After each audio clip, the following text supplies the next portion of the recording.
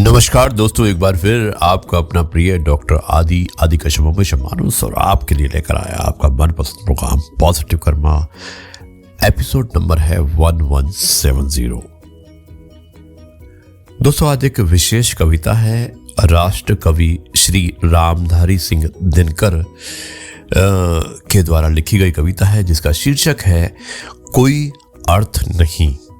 मुझे उम्मीद है कि आपको पसंद आएगी। शुरुआत करता हूं इस कविता की कुछ इस प्रकार, लेकिन उससे पहले कहना चाहता हूं कि लोगों को भरपूर सम्मान दीजिए, इसलिए नहीं कि उनका अधिकार है, बल्कि इसलिए कि आप में संस्कार है। डॉक्टर आदि कश्यप, मुंबई चा मानुस। शुरुआत करता हूं। कोई अर्थ नहीं, राष्ट्र कवि श्री रामधारी सिंह दिनकर जी की कविता है और मुझे उम्मीद है कि आपको पसंद आने वाली है। नित जीवन के संघर्षों से जब टूट चुका हो अंतर्मन, तब सुख के मिले समंदर का रह जाता कोई अर्थ नहीं, रह जाता कोई अर्थ नहीं।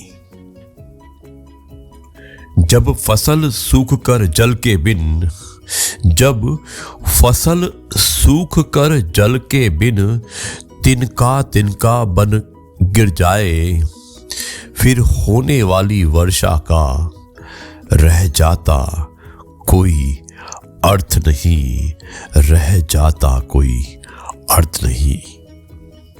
संबंध कोई भी हो, लेकिन दोस्तों ध्यान से सुनिएगा, रिश्तों के बारे में है कि संबंध कोई भी हो नहीं, संबंध कोई भी हो, लेकिन यदि सुख में साथ ना दे अपना, फिर सुख में उन संबंधों का रह जाता कोई अर्थ नहीं, रह जाता कोई अर्थ नहीं। छोटी छोटी खुशियों के क्षण निकले जाते हैं रोज जहां, फिर सुख की नित्य प्रतीक्षा का रह जाता कोई अर्थ नहीं, रह जाता कोई अर्थ नहीं। मन कटु वाणी से आहत हो।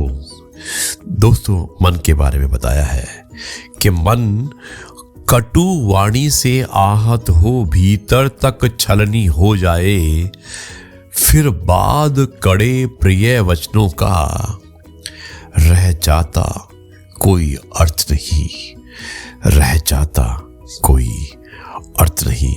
और दोस्तों, अंत में लिखा है कि सुख के बारे में है कि सुख साधन चाहे जितने हो।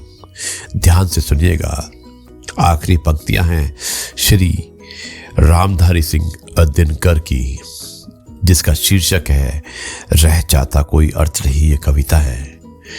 तो लिखते हैं कि सुख साधन चाहे जितने हो, पर काया रोगों का घर हो, फिर उन अनगिनत सुविधाओं का, फिर उन अनगिनत सुविधाओं का रह जाता कोई अर्थ नहीं, रह जाता कोई अर्थ नहीं। दोस्तों, बहुत ही सुंदर कविता थी और मुझे उम्मीद है कि आपको पसंद आई होगी। अब मैं इस कार्यक्रम को यहीं पर समाप्त करता हूं और कल आपसे एक बार फिर मुलाकात करेंगे कुछ नई बातों के साथ। तब तक के लिए कहता हूं जय गुरु जी, शुक्राना गुरु जी।